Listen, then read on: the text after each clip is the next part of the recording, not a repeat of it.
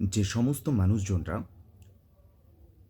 ধর্ষণের কারণ হিসাবে তাদের পোশাককে দায়ী করে, ধর্ষিতার পোশাককে দায়ী করে, এই ভিডিওটা তাদের জন্য। আমাদের সমাজের এখনও অধিকাংশ মানুষজন মনে করে ধর্ষণ হয় তার পেছনের কারণ মেয়েটার পোশাক, মেয়েটার ওড়না, মেয়েটার বোরখা, মেয়েটার আঁচল। আমার ভাবতে পারি অবাক লাগে যে মেয়েদের বোরখা, ওড়না, আঁচল কীভাবে তার ধর্ষণ, তাকে ধর্ষিতা হতে সাহায্য করে। জাস্ট বুঝে পাই না, এটার কোনো লজিকই নেই আমার কাছে। আমার মনে হয় সমাজের অধিকাংশ মানুষজন ছেলেদের বা ধর্ষকের, ছেলেদের নয় সরি, ধর্ষকের পিঠ বাঁচাতে এ ধরনের কথা বলে।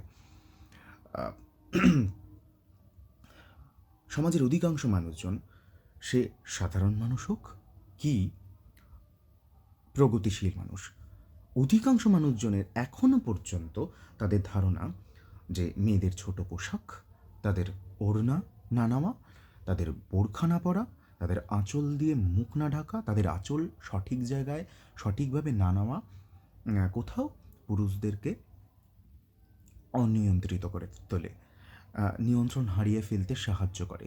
এটা কোনো কারণ হলো? এটা মানে সম্পূর্ণ ভুল একটা ব্যাখ্যা।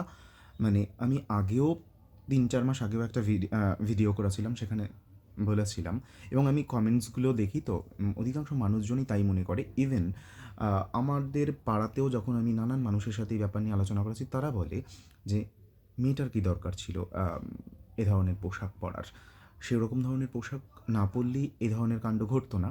তাহলে এবার আসি মানে দুদিন আগের একটা ঘটনায়। এরকম ঘটনা অহরহ ঘটতেই থাকে। বাংলাদেশের একটি মেয়ে তার দিদির বাড়িতে ঘুরতে গিয়েছে। জামাইবাবুর কাছে দিদি সেই 7 বছরের বোনকে রেখে হয়তো বাইরে কোথাও গিয়েছে। এসে দেখে ঘর অন্ধকার, ঘরের আলো জ্বালানোর পরেই দেখে বোন এলোমেলোভাবে মেঝেতে পড়ে আছে। দিদির আর বুঝতে বাকি থাকে না কী ঘটেছে তার বোনের সাথে। হসপিটালে নিয়ে যাওয়ার সময় হসপিটালের ওখানে গিয়ে যে ভিডিওগুলো তৈরি করা হয় সেখানে দেখা যায় মেয়েটাকে শ্বাসরোধ করে মারার একটা কিন্তু চেষ্টা হয়েছে। সেই চেষ্টাতে দেখা যায় যে গলা পুরো একদম কালশিটে পড়ে গেছে। মানে তাকে ধর্ষণ করে একেবারে নিশ্চিহ্ন করে দিতে চাইছিল, যে কোনো রকমভাবে যাতে কোনো এভিডেন্স না থাকে। মানে এত পরিমাণে বেড়ে গেছে ধর্ষণের ঘটনা। আসলে আমার মনে হয় এর পিছনে এই সমাজের এই সমস্ত মানুষজনগুলো দায়ী, যারা মনে করে যে ধর্ষণের জন্য মেয়েদের পোশাক দায়ী। তারা এক প্রকার ধর্ষকদের প্ররোচিত করে।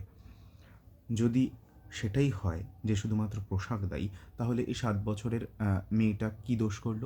ওর পোশাক ওর পোশাক এতটাই খারাপ ছিল যে ছেলেটা বা তার জামাইবাবু বা তার হচ্ছে দিদির শ্বশুর কোনো রকমভাবে লোভ সামলাতে পারল না, তাকে ছিন্নভিন্ন করে পশুর মতন কুড়ে কুড়ে খেলো। মানে এটা কি কখনো হতে পারে? যেমন আমাদের কলকাতার বিখ্যাত নৃত্যশিল্পী মমতা শঙ্কর, আমি আগেও এনার সম্পর্কে বলেছিলাম, আমার জাস্ট অসহ্য লাগে এই মহিলার এই সমস্ত ধ্যান ধারণা।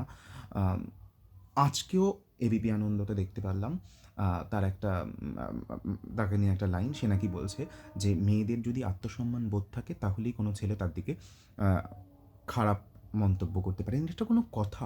আত্মসম্মান বোধ বা মর্যাদা, সেই আত্মসম্মান বোধ বা মর্যাদা অবশ্যই থাকবে। আর সেটা তো একটা বড় বিষয়, আত্মসম্মান বোধ এবং মর্যাদা।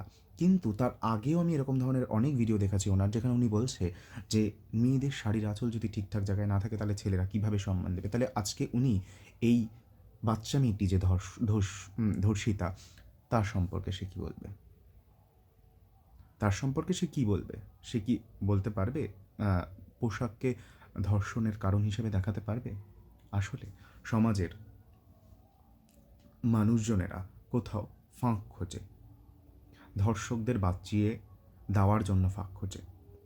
আর আমাদের দেশেও যা ঘটল এই আরজিকর কাণ্ডে, কোনো আসামি ধরা পড়ল না, একটা মেয়ে পুরোপুরিভাবে মৃতা, কোনো রকম কোনো শাস্তি নেই, কিছুই নেই। এভাবে তো আরও মানে দোষীদের যদি শাস্তি না হয় তাহলে তো অরাজকতা বাড়বেই। দোষীরা তো সাপের ৫ পা দেখবেই। যদি কোনো রকমভাবে শাস্তি না হয়। আজকে তার জন্যই সমাজে এসব হচ্ছে।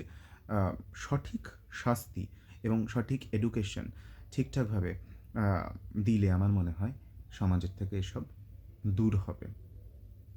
আর এই যে এই সমাজের ওপরতলার মানুষজনগুলো বেশি ভয়ঙ্কর। তাদের এই সমস্ত কথাবার্তা, তাদের এসব ভাবনা চিন্তাও সমাজের ধর্ষকদের কোথাও আ উম আম ধর্ষকরা ধর্ষকদের কোথাও লালন-পালন করতে সাহায্য করে তাদের এই ভাবনা চিন্তাগুলো। ভীষণই খারাপ একটা বিষয়। তো আম আমার এই ব্যাপারগুলো নিয়ে এটাই মত যে পোশাক-আশাক কখনোই দায়ী নয়। ধর্ষণের জন্য একমাত্র দায়ী ধর্ষক, তার পারিবারিক শিক্ষা এবং তার কুমানসিকতা।